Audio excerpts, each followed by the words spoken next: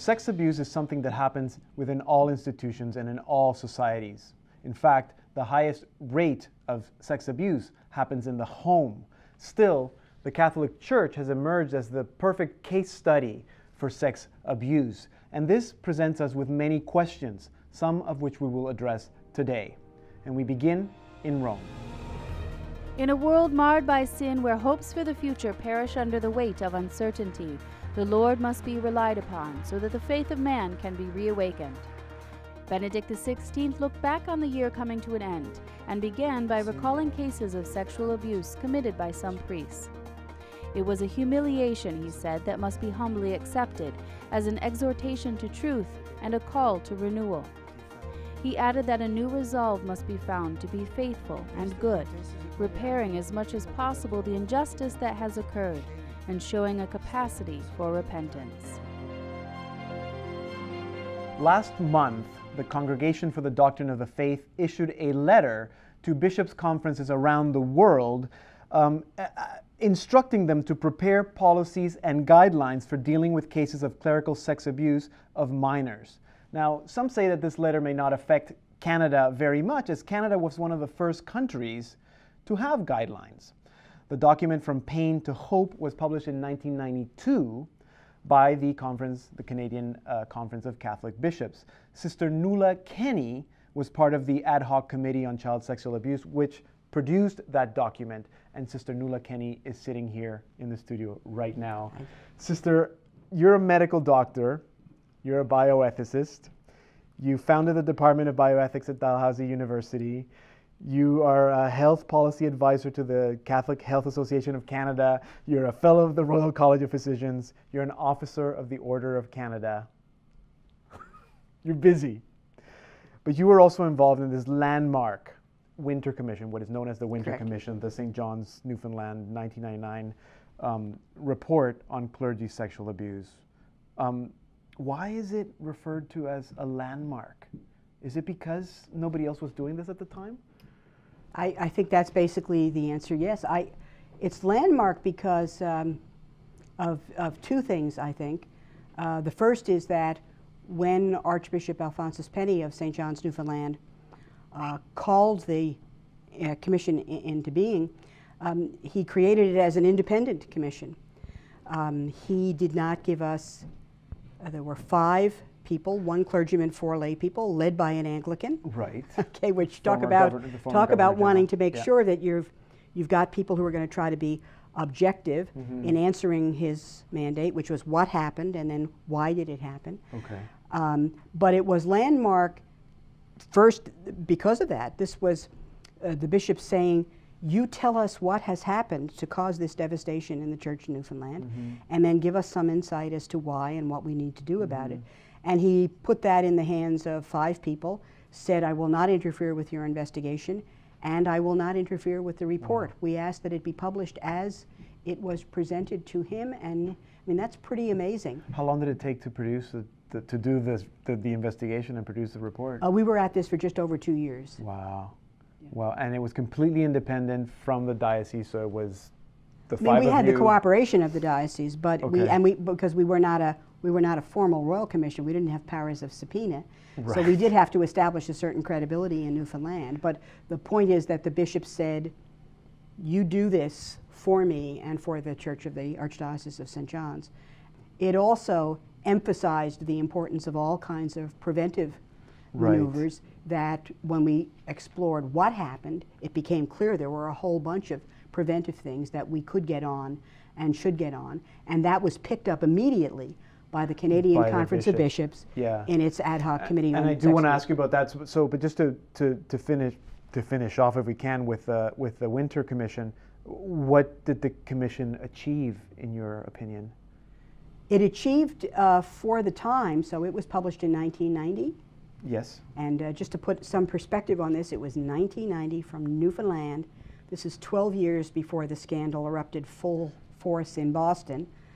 Yeah. 12 years before, what we had done in Newfoundland was pull together a bibliography of what was known then about abuse of children, what was known about clergy abuse of children. What we did was pull together, at the time, for the Archdiocese, probably the most definitive piece of information anywhere in the English-speaking world about what was known about clergy sex abuse of children. Right. So then, from that, you mentioned the national conference, the Canadian Conference of Bishops, created this commission to look at the issue nationally. Was that the hope? It was an ad hoc committee to look at what had we learned in Newfoundland, what about that, particularly from the preventive side of things, had importance for the Church of Canada more generally.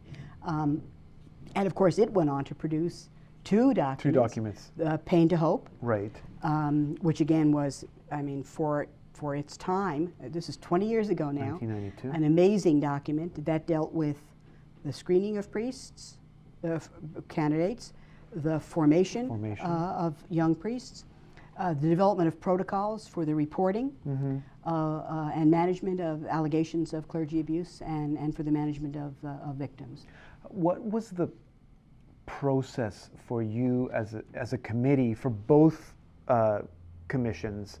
Did you visit victims? Did you visit parishes? How did you? Yeah, that was the process in Newfoundland. Okay. Because the mandate there was what happened here and why. But the what happened here, remember, this was both devastation by the brothers, Irish Christian brothers at Mount Cashel Orphanage, which was an institution of enormous prominence and importance in the lives of Newfoundlanders, and then in the clergy in the Archdiocese of St. John's.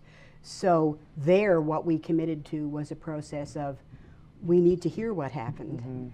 And under Gordon Winter's leadership, what we did is we went to every single parish where there had been offenses against children and adolescents, and we opened ourselves to public meetings and received submissions from lay groups, individuals, victims, the Royal Newfoundland Constabulary. So that was this process of kind of, we're making ourselves available, because at the time really not a lot was known. And that was different than the National Commission. Yeah, the National Committee, the ad hoc committee on child abuse by the clergy, that was really a far more thoughtful kind of academic approach to, all right, these themes have been screening, education, formation. These themes have all been identified in some way within the Newfoundland report. How can we now address this question and begin to do something in these various and apply areas? Them nationally. Yes. Now let me read you a comment. We posted this question on our Facebook page, and a comment came in from Nick Nobile, and he says that the answer will come from discovering the root cause of this deplorable behavior. Then steps to prevent this from happening again can be taken. Now, you're a doctor, you're a physician. He's talking about looking at the root causes. Do you agree that that's, when we look at this issue, that that's where we need to go? Why is it happening? Well, if Nick had been with us in Newfoundland when we were writing the response to why did this happen, which is chapter 5, he would have been in good company. Yes. Because what we identified there was, and this again, 1990, we identified that some things that happened can be understood only in the sense that they're individual sins of individual men, individual perpetrators of abuse, or individuals who mismanaged, minimized, denied, mismanaged the offense, individual sins. Chapter 5, why did it happen, talks about who are we, what are the systemic and cultural reasons that allowed this to happen as it happened and for as long as it happened. And there we did two things. One, it was clear to us, even in 1990, that the folks who have the single answer, the diagnosis, it's we need married clergy, so mandatory celibacy is the problem.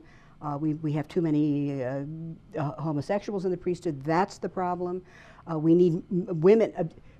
The people who had the single answer all missed the point that a systemic and cultural analysis had to look at root causes. What I think that's the way Nick's saying it. I think so. And I'm calling it, in my work, we identified it generally then, and I'm naming it more explicitly now, as what are the systemic and cultural reasons. that this happened the way it did, and for as long as it did in our church. Yes, and I want to get to that in a little bit, but we're going to take a short break. Not a long break, so don't go anywhere. When we come back, we'll continue this conversation with Sister Nuala Kenny, and in particular, we'll look at a conference on clergy sex abuse that's coming up at McGill University in October, so don't go anywhere. Let us know your perspective. Email us at perspectives@saltandlighttv.org or reach us by mail, Perspectives at Salt and Light Television, 114 Richmond Street East, Toronto, Ontario, M5C 1P1, or call us toll-free at 1-888-302-7181. Let your perspective be heard.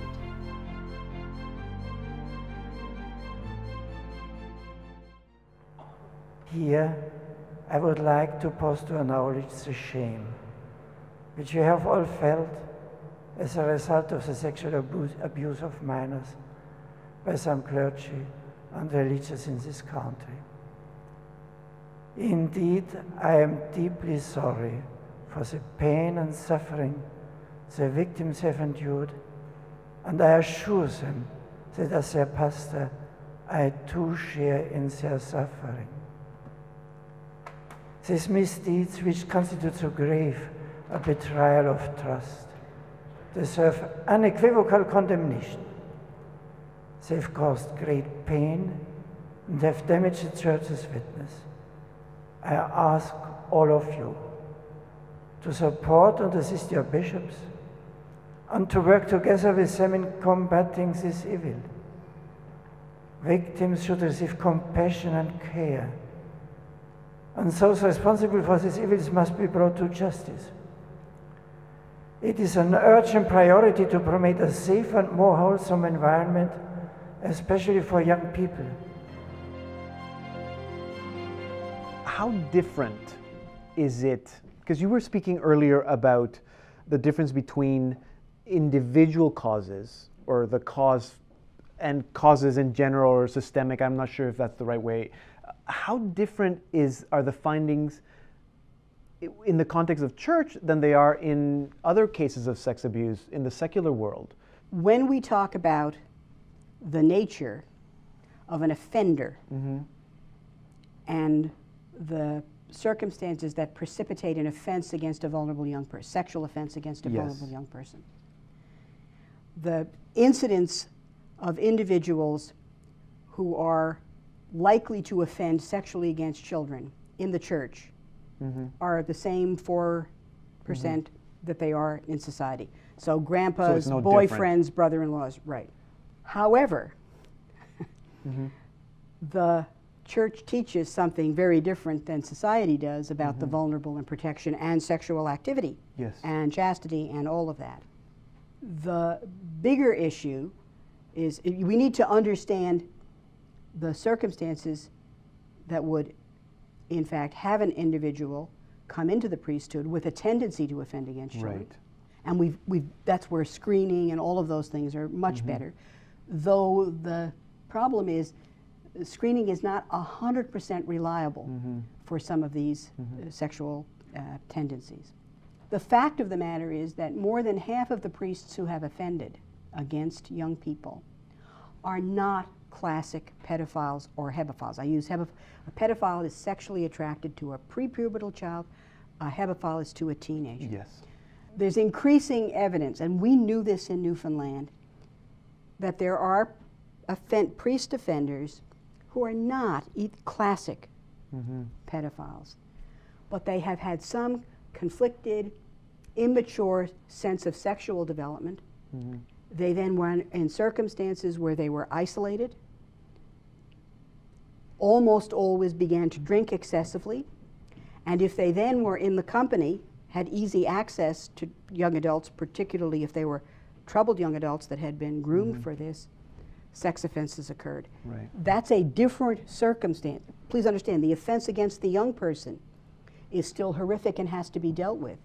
But if we're going to understand how to support and help our priests, we have to make a distinction between what can be done to identify and prevent true sex offenders and those who in fact had a host of other precipitants, and we should have helped them better. Right. So then that 92, the document, From Pain to Hope, when it looks at guidelines, for example, they call them guidelines, but that's what you mean in terms of sort of the guidelines to help the victims and the families, but also to in terms of screening, in terms of formation, in terms of supporting the offenders. All that is covered in the document. Pain to Hope really did try to take a preventive approach. You're right. It tried to look at, so what did we know about the nature of the offenders all along the spectrum, and the nature of victims and the circumstances that brought them together. And then it tried to say, for these things, what can we do to prevent? So that's where they've really tried to understand and help develop what do we know about screening and identification of individuals with these tendencies, and utilized that.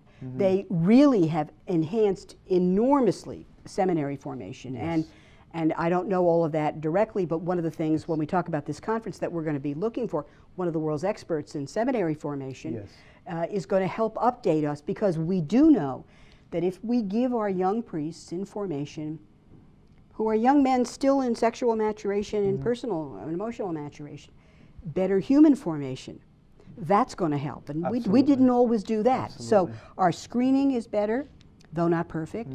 Our education is substantially improved. And the protocols that have been developed widely throughout Canada, I can't say everywhere because I don't know that, but widely. Because they're different. They're about two different kinds of things.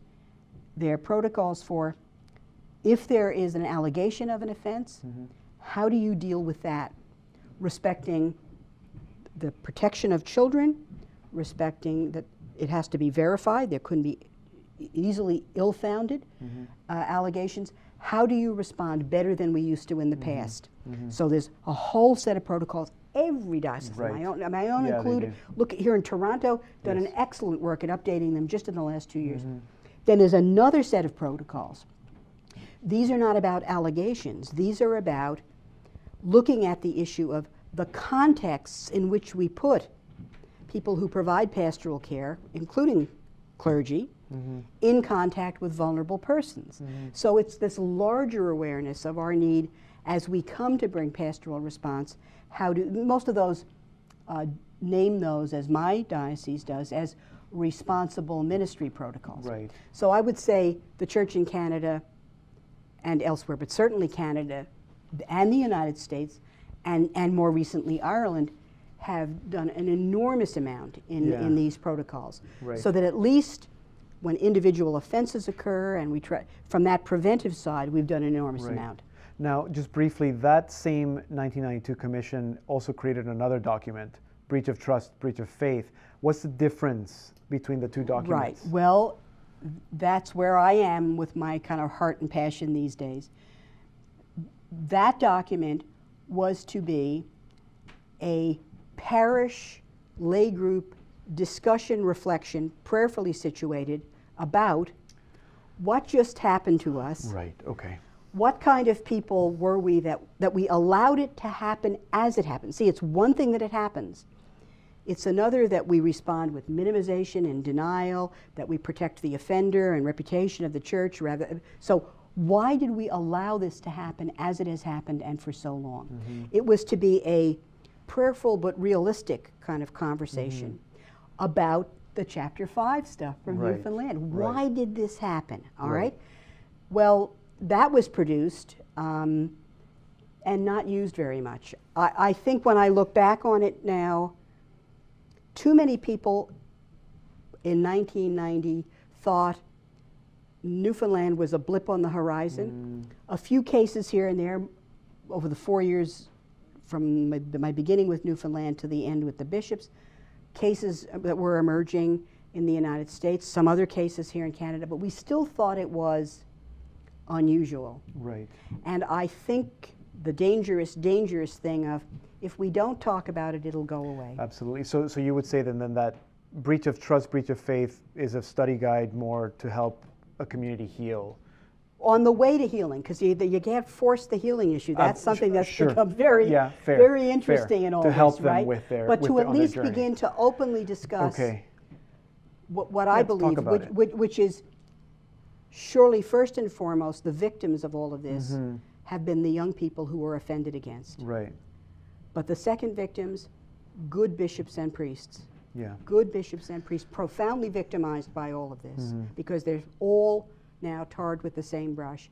But also every single solitary faithful Catholic has been, in fact, kind of caught up in being damaged by what has happened to our church. Right. So dealing with this, Chapter 5 of Newfoundland, the second discussion guide for the Catholic bishops, that's what I call the unfinished business of the Canadian Church, because we have shown such amazing leadership.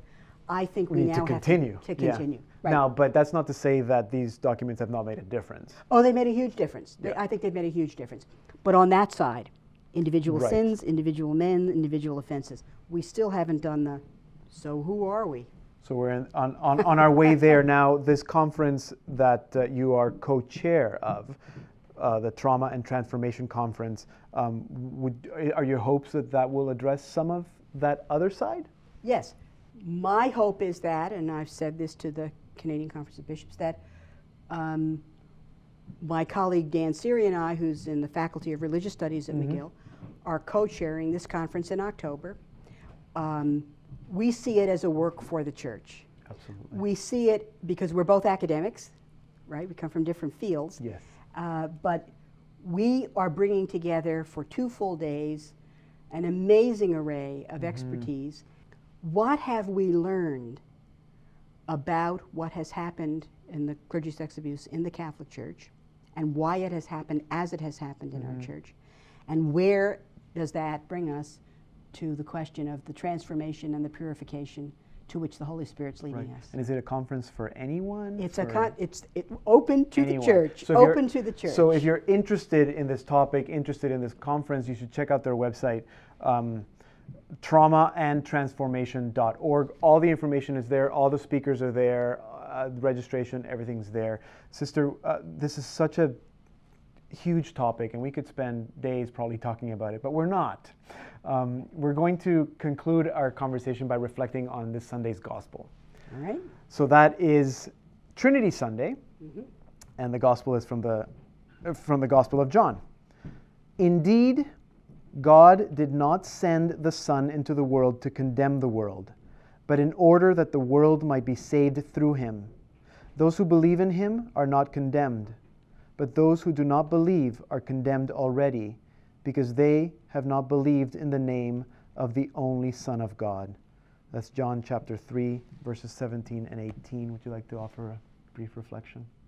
We all have to come closer to this Jesus. This Jesus who came to bring the healing and reconciling power of God to us. The ministry of Jesus Christ is healing, reconciliation, and mercy. We haven't shown that in the abuse crisis. We don't even show it now across different ways of trying to approach it and respond to it. So I think that when we talk about the transformation, which we say in the conference, or purification, which is one thing my own bishop calls us for, it's to get closer to this kind of God. It's not that he's not going to say, wait a minute now, there are things here that are not of God. But this Jesus came to be a witness of healing, reconciliation, and mercy. Do we ever need that right now in our church? Yeah, and transformation. Sister, thank you so much. Oh, you're welcome. It's been a pleasure having you here and speaking and getting to know you. Our guest has been Sister Nuala Kenny. She is probably the leading expert on clergy sex abuse of minors in this country. The conversation ends here, but the discussion continues on Facebook. Be sure to log in and share your perspective with us. We cannot do this show without your perspective. And remember to check our website, saltandlighttv.org/perspectives. That's it for this week. We'll see you next time. May God continue to bless you and your home.